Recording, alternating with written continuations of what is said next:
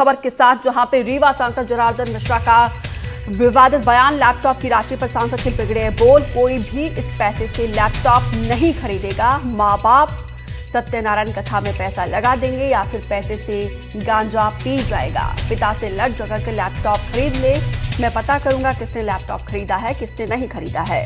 Laptop की राशि वितरण कार्यक्रम में बोल रहे थे मिश्रा। यहां पर देखिए, कल मुख्यमंत्री के द्वारा जिन छात्रों ने अच्छा प्रदर्शन करके 75% से ज्यादा अंक हासिल किए हैं, उनको ये लैपटॉप की राशि उनके खाते में ट्रांसफर की गई थी।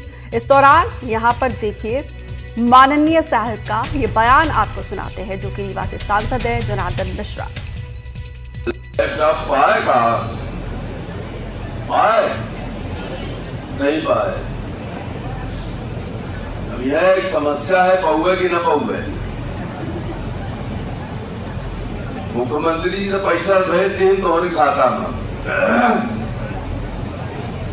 अब तुम्हार महतारी बाप ओखा कहाँ दही, तोका लही कि न लही, तुम्हारा लैपटॉप खरीद दही, तोका कि न खरीद दही, जो का सत्यनारायण के कथा में वो पैसा लगा दही कि चौकी में लगा दही, या भगवान जाने।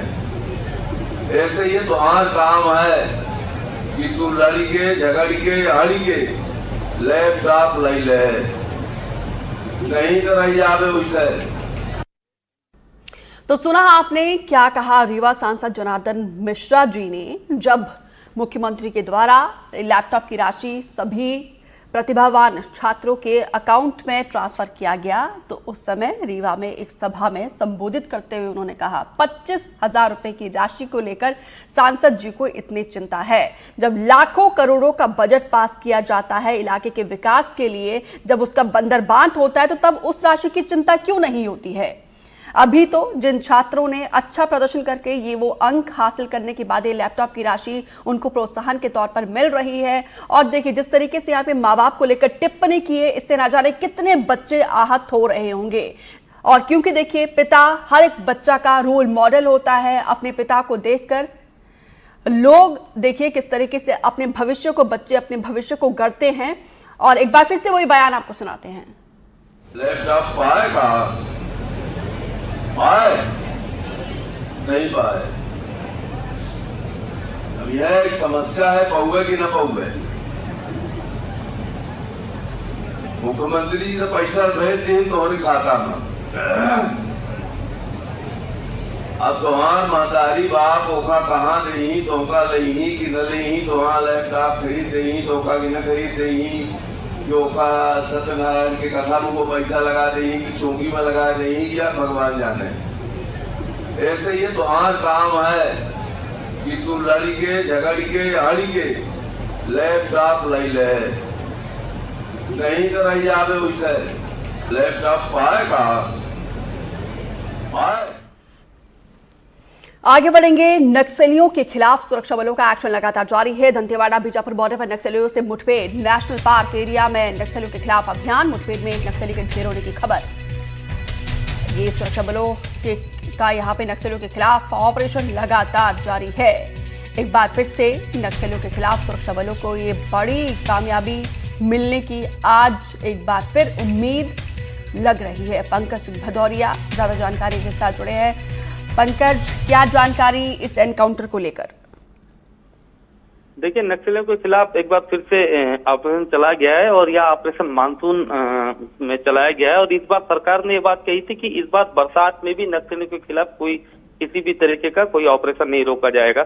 सूचना मिली थी कि नेशनल पार्क एरिया में कुछ नक्सलियों की मौजूदगी है। उनकी मौजूदगी में डीआरजी के जवान उस इलाके में निकाले गए थे। खबर आ रही है कि एक नक्सली उस मुठभेड़ में मारा गया है। बताया जा रहा है कि इनामी नक्सली है, मगर उसकी शिनाख्त अभी तक नहीं हो पाई है। दंतेवाड़ा एसपी से भी हमने पुष्टि की, तो उन्होंने मुठभेड़ की पुष्टि की, मगर उन्होंने इस बात की पुष्टि नहीं की कि मारा गया नक्सली किस कैडर का नक्सली है। और उन्होंने कहा कि इस मुठभेड़ में और भी सफलता मिल सकती है, क्योंकि यह मुठभेड़ सुबह 6 बजे से लगातार उस इलाके में जारी है।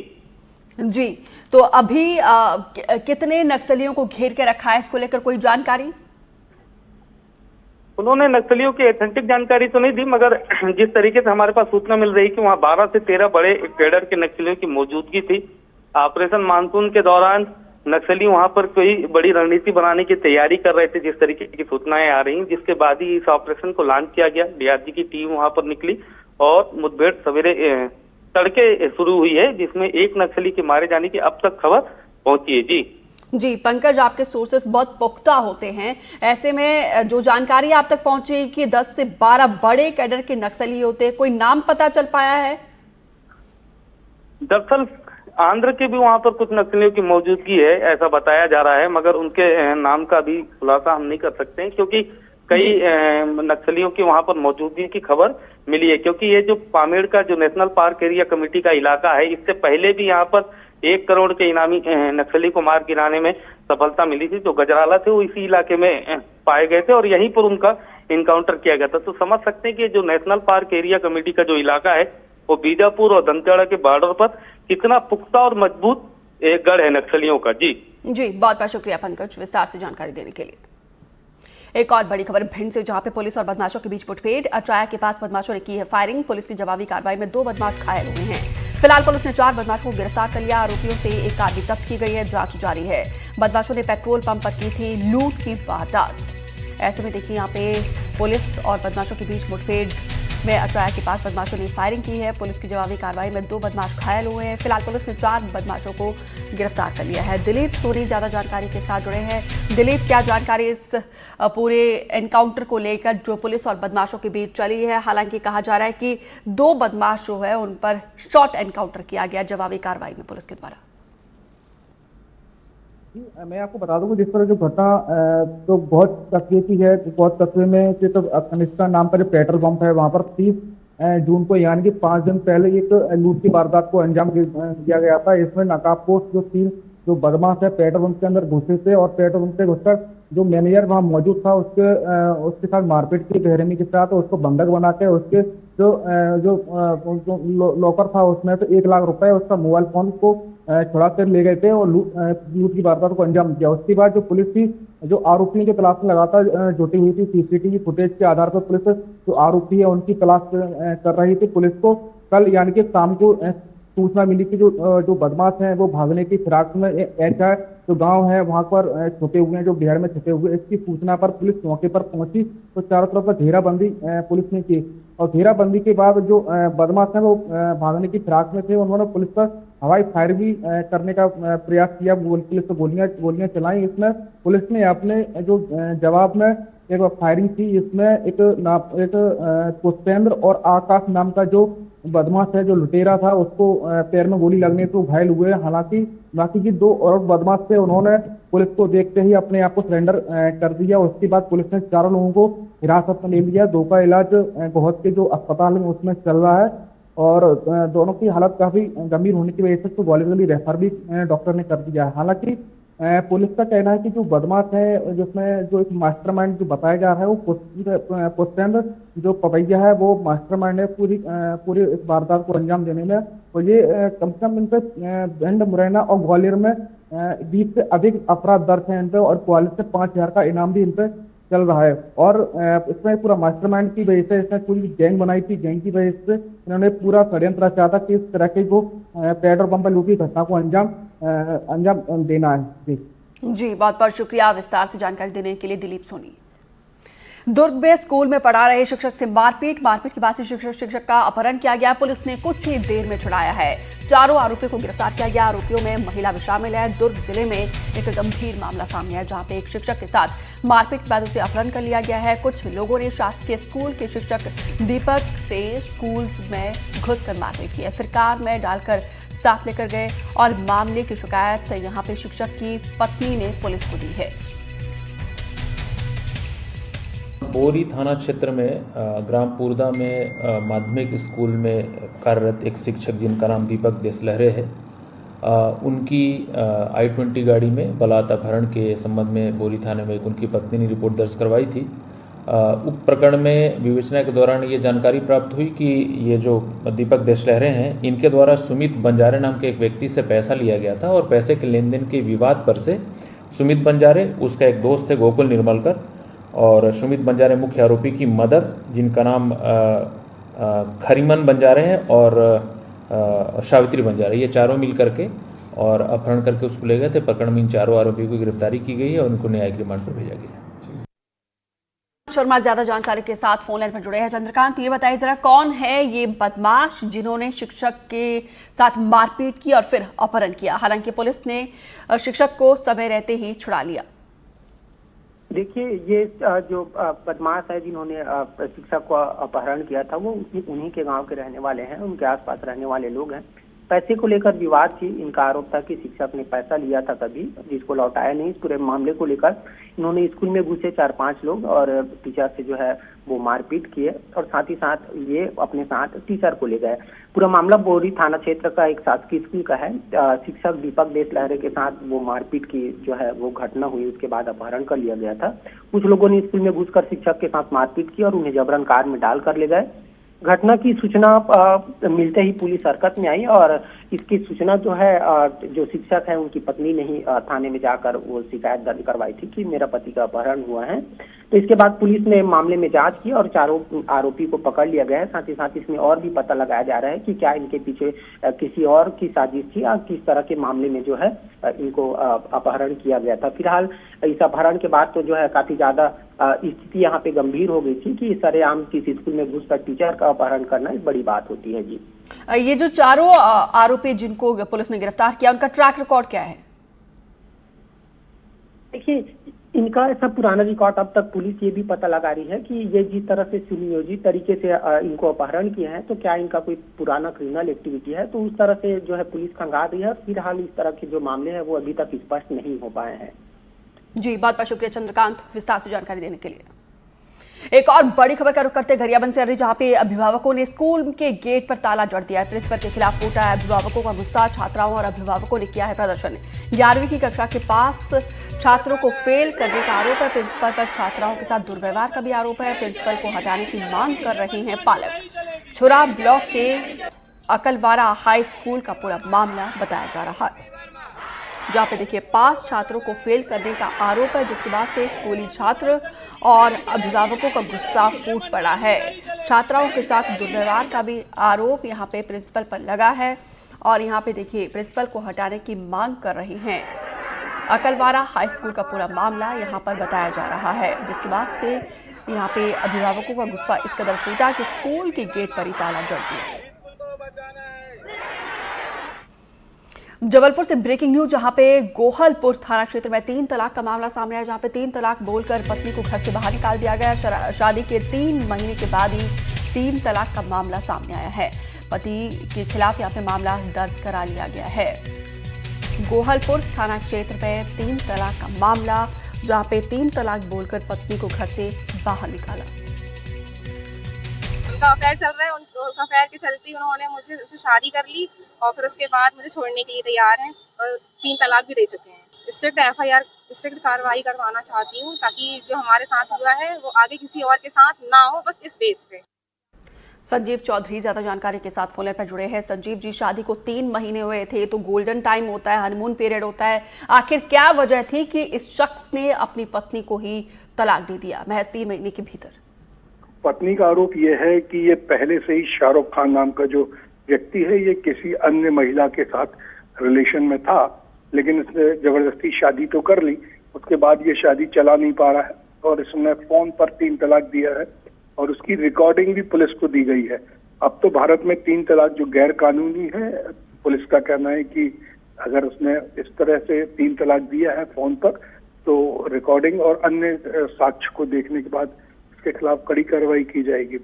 ऐसा कई बार हो रहा है जब दबाव में या जानबूझकर दूसरी शादी कर ली जाती, कहीं शादी कर ली जाती है और पुराने रिलेशंस एक बार फिर सामने आने पर वो शादी टूटने की कगार पर आ जाती है। तो ये जो शादी हुई थी लव मैरिज थी या फिर अरेंज मैरिज या फिर दबाव में किया गया था? ये अरेंज मैरिज थी ऐसा बताया जा रहा है। इसका किसी अन्य महिला के साथ संबंध था। मेरे ख्याल से घर वालों ने उसे ना स्वीकार करके इसकी शादी करा दी थी, लेकिन शादी के 3 महीने बाद ही वापस उसे अपनी जो पुरानी रिलेशन है उसकी याद आई और उसने इस तरीके से 3 तलाक देकर अपने संबंधों को विच्छेद करने का प्रयास किया है, जो अब गैर कानूनी है। रिलेशनशिप का आजकल कोई ऐसा क्रेडिबिलिटी नहीं रही है कभी भी कोई भी किसी को भी याद आ जाती है, किसी भी तरफ चला जाता है। फिलहाल बहुत बहुत शुक्रिया जानकारी के लिए। ग्वालियर से खबर है जहां पे पुलिस ने पकड़ा फर्जी सीबीआई अधिकारी। ठग से फर्जी नेम प्लेट और आईडी कार्ड भी बरामद किया गया है। आरोपी नौकरी दिलाने के नाम पर करता था ठगी। फूड इंस्पेक्टर की नौकरी के नाम पर ठगी करता था। आरोपी ने युवक से की थी 9 लाख रुपए की ठगी। एक पीड़ित ने आरोपी को पकड़कर पुलिस को बुलाया और फिलहाल पुलिस ने मामला दर्ज कर लिया है, जांच शुरू कर दी है। सावधान कर देने वाली खबर है आपको। देखिए, कभी भी किसी के ऐसे झांसे में ना आए। 12वीं तक ही पढ़ा हुआ है और इसकी जान पहचान है जो अमित रावत की सिस्टर है, उनसे हुई थी शादी के .com करके जो एक वेबसाइट है उसके माध्यम से शादी के लिए, और वहीं इसने इनसे संपर्क बनाया और ये लगातार 1.5 साल से इसके घर पे आना जाना था। और इसकी बहन को भी इसने बेवकूफ़ बनाया, शादी का झांसा दिया इसमें, और उससे भी लगभग 15 लाख की गाड़ी है उसको फाइनेंस कराया इसने लगभग 5 महीने पहले। तब से उसकी किस्तें भी, इसकी जो सिस्टर है जो कि बाहर जॉब करती हैं वो उसको पैसे को भर नहीं है। ये सब सारा मामला जो है संज्ञान में आया तो इसमें तुरंत हम लोगों ने जैसे इसको सारी कहानी जो सामने आई उसके आधार पर इस पर कुछ डॉक्यूमेंट भी जब्त किए, जिसमें फर्जी सीबीआई की आईडी और गृह मंत्रालय की आईडी, ये सारे जो चीज़ें जो है इससे मिली जब्त हुई। इसके आधार पर इसके विरुद्ध 420, 468 का जो है अपराध पंजीबद्ध हुआ है, कुछ दस्तावेज जो कि गैर जमानती है, जिसमें अभी अग्रिम कार्रवाई की जा रही है। और अब बात जलमग्न की, क्योंकि मॉनसून का सीजन चल रहा है। जो तबाही के मंजर है उसी से संबंधित खबरें हम आपको दिखा रहे हैं। टीकमगढ़ से खबर है जहां पे तेज बारिश से हॉस्टल में जलभराव हुआ। जलभराव के चलते हॉस्टल में कई छात्राएं फंसी रही और हॉस्टल में छात्राओं का यहां पे रेस्क्यू किया गया। टीकमगढ़ जिले में लगातार बारिश के चलते आदिवासी गर्ल्स छात्रावास में पानी भरने से हालात बेकाबू हो गए हैं। हॉस्टल में जलभराव से 50 से ज्यादा छात्राएं फंस गई थी, जिन्हें एसडीआरएफ की टीम ने रेस्क्यू करके सुरक्षित निकाला है। फिलहाल ये तस्वीरें हम आपको उस वक्त की दिखा रहे हैं जब छात्राओं का रेस्क्यू किया जा रहा था एसडीआरएफ के द्वारा। समय रहते छात्राओं को सुरक्षित बाहर निकाल दिया, नहीं तो एक बड़ा हादसा यहां पर हो सकता था। ऐसे में सवाल हॉस्टल मैनेजमेंट पर कि पहले से ही तैयारी क्यों नहीं की गई थी। कोरिया से खबर है जहां पे जिले में नगरपालिका शिवपुर चर्चा में लगातार हो रही बारिश से एक तरफ नदी नाले और बांध उफान पर है, तो वहीं दूसरी तरफ बारिश से निचले इलाकों में मुसीबत बढ़ गई है। बारिश की निकासी नहीं होने के चलते यहां पे लोगों के घरों में पानी भर गया है। आलम यह है कि घरों का सामान पानी में तैरता हुआ दिख रहा है। कितनी मुसीबत ये आसमानी बारिश लेकर आई है। देखिए तस्वीरें हम आपको दिखा रहे हैं। गाड़ियों का सड़क पर चलना, यहाँ पे ड्राइव करना लोगों को काफ़ी दिक्कत परेशानी हो रही है। अब मुसीबत ये भी है, घर से बाहर निकलना पड़ता है कामकाजी लोगों के लिए, कुछ काम के लिए। तो देखिए चारों तरफ सिर्फ तबाही का ही मंजर है। प्राइवेट कर्मचारियों को बुलाकर यहाँ सफाई कराया गया। बर्तन घरों में तैर रहे हैं, लोग परेशान हैं, महिलाएं परेशान है, झाड़ू लगा के परेशान है। वहाँ कई वार्ड के लोग सीएमओ को फोन भी किए, सीएमओ साहब फोन नहीं उठाए, इंजीनियर भी फोन नहीं उठाया, कोई नहीं आया। प्राइवेट कर्मचारी से लेके खुद वो अपने तरीके से पानी सफाई कर रहे हैं, जिसके चलते जो आदमी खदान में ड्यूटी करेगा और आके फिर सुबह काम करेगा, पूरे डस्ट, नालियों का डस्ट आके पड़ा हुआ है। गंदी बीमारियों फैलने का बहुत डर है और इस ओर प्रशासन ध्यान नहीं दे रहा है। प्रशासन नगर पालिका के चेंबर में बैठ के आराम कर रहा है। यहाँ पर नगर पालिका के कर्मचारी आते हैं साफ सफाई करने के लिए, लेकिन बराबर नहीं आते हैं। कभी आए कभी नहीं आए, कभी काम थोड़ा किए कभी नहीं किए, मनमाना चल रहा है सारा कुछ। यहाँ पे किसी भी काम में उनका ध्यान ही नहीं है। और नाली का व्यवस्था ऐसा पूरा चरमराया हुआ है, एकदम पूरी सड़कें भरी पड़ी हैं, लोगों के घरों में पानी जा रहा है, लोग परेशान है, त्राहिमाम मचा हुआ है। और ये हल्की सी बारिश थी, अभी तो पूरा सावन बचा हुआ है। बरसात आने पे ना जाने और क्या होगा। शुरुआत में ये हाल है, अब इस नगर पालिका से हम क्या उम्मीद रखते हैं। ग्वालियर से अब आपको खबर दिखाते जहां पे फिर धंस गई चेतकपुरी की सड़क। जायजा लेने के लिए पहुंचे थे ऊर्जा मंत्री, जायजा लेकर निकलते ही सड़क धंस गई। सड़क धंसने से सीवर का होल खुला। मंत्री का काफिला सड़क से गुजर रहा था। करोड़ों की लागत से बनी थी सड़क 15 दिन में एक नहीं, दो नहीं, बल्कि 9 जगह से धंस चुकी है। और एनडीटीवी लगातार दिखा रहा है 15 दिनों के भीतर जो सड़क बनकर तैयार हुई थी, पहले ही दिन से कैसी स्थिति सड़क की हो गई है। अब ये आपको एक और चीज बता दें, ये पॉश इलाके में है। ये तो बहुत बुरी हालत है देश के लिए, बच्चों के लिए खतरा है, गाड़ियों के लिए बहुत खतरा है। बहुत खतरे की घंटी है। आदमी क्या करेगा ऐसे, हाँ, ऐसे मंत्रियों को बनाकर। तो ग्वालियर में जो सड़कें खराब, कैसी सड़कें हैं ग्वालियर? सड़कें तो कुछ भी नहीं है फिर ऐसे हिसाब से, नेता लोग खा गए पैसों को, क्या है ये।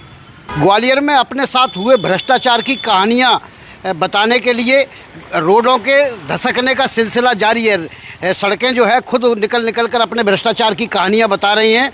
और जब पिछले एक हफ्ते से पूरे देश में ग्वालियर की सड़कें ट्रेंड कर रही हैं, जिस तरह से 14 दिन के अंदर 7-8 जगह सड़क से चेतकपुरी पर सिमट चुकी है, तो उससे दबाव बन के राज्य सरकार ने आज यहाँ प्रभारी मंत्री तुलसीराम सिलावट को ग्वालियर भेजा था। और वो सड़कें देखने के लिए निकले थे, अपने शहर के गड्ढे देखने के लिए निकले थे। और जब ये दावा करने के लिए निकले कि वो जो है सड़कों को ठीक कराएंगे, और इसी जगह पर जहां हम खड़े हैं, अब इसी जगह पर थोड़ी देर पहले वो आए थे और उनके जाते ही सड़कों ने फिर अपनी कहानी कहना शुरू कर दिया। हम इस समय सिटी सेंटर के सबसे पॉश इलाके में हैं, जहां ग्वालियर की सबसे महंगी सड़क है। और मंत्री जी के जाते ही लगभग 2-3 घंटे के अंदर ही ये सड़क हम दिखा सकते हैं कि ये पूरी तरह से, देखिए आप, धसक गई है। और किस तरह की सड़क है आप देख सकते हैं इसमें, कि अगर इसमें कोई गाड़ी चली जाए तो पूरी की पूरी गाड़ी जो है समा जाएगी और बड़ी दुर्घटना हो सकती है।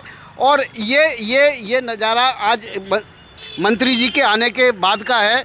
और सबसे बड़ी बात यही है कि यहीं इसी गड्ढे के इसी जगह से मंत्री दो मंत्री निकले थे और निकलने के थोड़ी देर बाद ही ये रोड जो है बैठ गई। हालांकि मंत्री जी यहाँ आ सकते हैं ये अंदाज़ा था, क्योंकि ये सबसे चमाचम रोड थी, इसको भी कुछ महीने पहले ही बनाया गया था। और फिर जहाँ जहाँ गड्ढे दिखाई दे रहे थे, जैसे हम दूर दिखा सकते हैं कि वो जो है वहाँ मंत्री जी के आने के पहले भी तैयारी की गई थी। और वहाँ जो पेच रिपेयरिंग है, गिट्टी विट्टी डाल के मरम्मत किया गया था, ताकि लोग जो है, ताकि मंत्री जी को सब कुछ ठीक ठाक दिखाई दे। लेकिन ऐसा हो नहीं सका। और एक बार फिर ग्वालियर की सड़क ने अपने साथ हुए जो भ्रष्टाचार की कहानी सुना दी है। और सबसे बड़ी बात यह है कि मंत्री जी जिस रोड पर निकले थे उसी रोड पर ये गड्ढा हुआ है। ग्वालियर से देवश्री माली, NDTV। डिंडौरी से बड़ी खबर, जहां पे कई इलाकों में आज भी बारिश का दौर जारी है। जबलपुर अमरकंटक नेशनल हाईवे पर मलबा है, बाइक और कार में सवार लोगों का निकलना मुश्किल हो गया है। बारिश से माधोपुर के पास जाम जैसे हालात बने हैं। कई इलाकों में आज भी देखिए बारिश का दौर लगातार जारी है, जिससे लोगों का जनजीवन पूरी तरीके से प्रभावित हो गया है। और देखिए कईयों की गाड़ियां फंस चुकी हैं और नेशनल हाईवे पर ये मलबा जमा हुआ है। बाइक और कार सवार लोगों का निकलना मुश्किल हो चुका है। लोगों को ये समझ नहीं आ रहा है कि अपनी गाड़ियों को संभाले या फिर खुद को संभाले, क्योंकि देखिए पूरा का पूरा नेशनल हाईवे में कैसे मलबे से यहाँ पे लोगों को दिक्कत परेशानी हो रही है। लोग ऐसे बारिश में छाता से खुद को बचा भी रहे हैं, लेकिन कईयों की गाड़ी है वो देखिए बीचों बीच सड़क में फंस चुकी है मलबे के बीच, और लोगों को अपनी जान की भी परवाह है। तो चारों तरफ लोग देखिए कैसे इस मुश्किल में फंसे हुए हैं।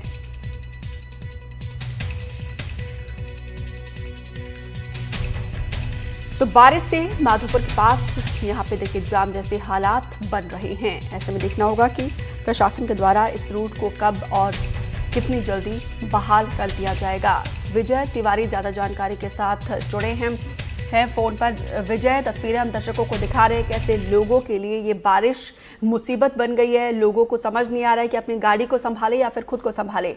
कब तक प्रशासन के द्वारा इस रूट को बहाल करने की उम्मीद है?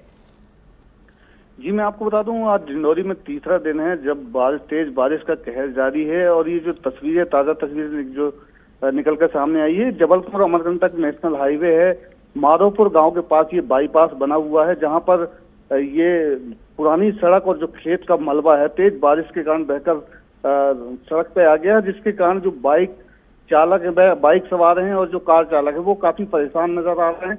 और खुद कहीं ना कहीं वाहन चालक खुद अपने हाथों से उस मलबे को साफ करके जैसे तैसे वहां से निकल रहे हैं। अभी तक इसकी जानकारी जो है स्थानीय प्रशासन को लग चुकी है, लेकिन कोई पहल अभी इस मलबे को हटाने के लिए नहीं की गई है। तो अब देखना होगा कि खबर दिखाए जाने के बाद प्रशासन कब तक इस मलबे को वहां से हटाने की कार्रवाई करता है। जी, तो ये स्थिति कब से बनी हुई है? ये 1 घंटे पहले की तस्वीरें हैं। मैं आपको बता दूं कि लगातार जिले में जो है लगातार तेज बारिश का दौर जारी है, जिसके कारण ये स्थितियां निर्मित हो रही है और कहीं ना कहीं स्थानीय प्रशासन कुछ जानकर भी अनजान बना हुआ है और वाहन चालक खुद उस मलबे को में जैसे ही फंस जाते हैं, वाहन फंस जाता है तो खुद अपने हाथों से उस मलबे को किनारे करके जैसे तैसे वाहन निकालकर आगे बढ़ रहे हैं। तो कहीं ना कहीं इसमें स्थानीय प्रशासन की तो लापरवाही। चलिए यहाँ पे उम्मीद करते हैं कि अब हमारे माध्यम से प्रशासन तक ये तस्वीर पहुंचे और जल्दी यहाँ पे लोगों की समस्या को दूर किया जाए। फिलहाल जानकारी देने के लिए आपका शुक्रिया। डिंडौरी में बारिश ने सरकारी निर्माण कार्यों की पोल को खोलकर रख दिया है। उधरी गांव में जल गंगा संवर्धन अभियान के तहत बन रहा निर्माणाधीन तालाब ढह गया है, तो वहीं गांव रूसा में निर्माणाधीन तालाब भी क्षतिग्रस्त हो गया है, जिससे साफ हो गया है कि निर्माण घटिया गुणवत्ता का हो रहा था।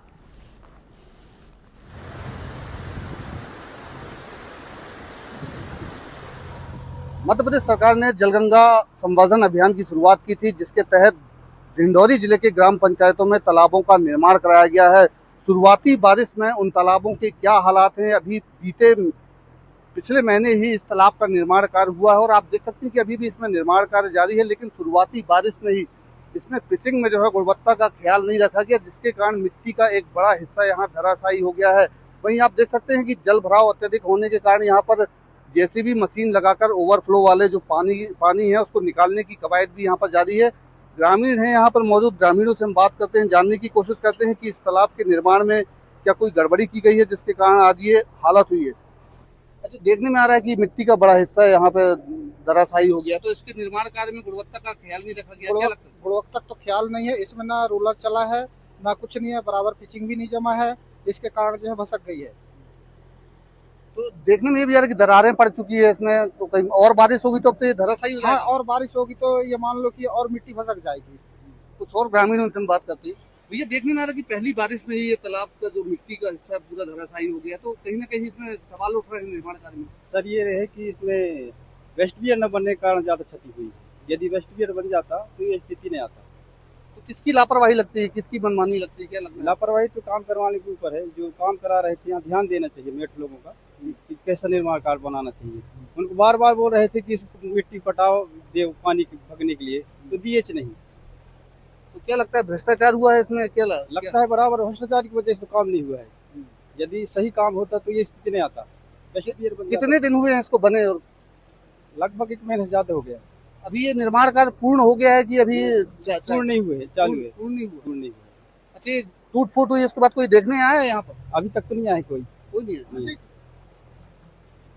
आगे जब बारिश होगी तो फिर कैसे तालाब टिकेगा? टूट जाएगा सर, हाँ टूट जाएगा। बारिश होगा अभी तो अभी कम पानी है, यदि पानी अधिक आएगा तो टूट जाएगा। तो ये सरकार की जो योजना है, कैसी योजना? अच्छी योजना थी ये? कैसी अच्छी योजना सर? हमारे बाजू में खेत लगा है, हमको तो अच्छा लग रहा था। यदि निर्माण कार्य अच्छा होता तो हम सिंचाई वगैरह होता है अपने इधर। तो अभी टूट जाए तो लग नहीं रहेगी आपकी? अब तो भरोसा नहीं दिला रहा है सर, बारिश भी हो रहा है, कैसे करके इसको रोकेंगे? क्या नाम? गंभीर सिंह बरावी। तो ये थे स्थानीय ग्रामीण जिनका साफ तौर पे कहना है कि कहीं ना कहीं इस तालाब के निर्माण में जो एजेंसी है, जो तकनीकी अमला है, उनके द्वारा गड़बड़ी की गई है। कहीं ना कहीं ग्रामीणों ने इसमें भ्रष्टाचार के आरोप भी लगाए हैं।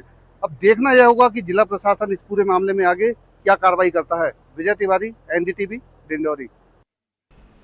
और अब चलिए रुक करते इस वक्त की सुर्खियों का।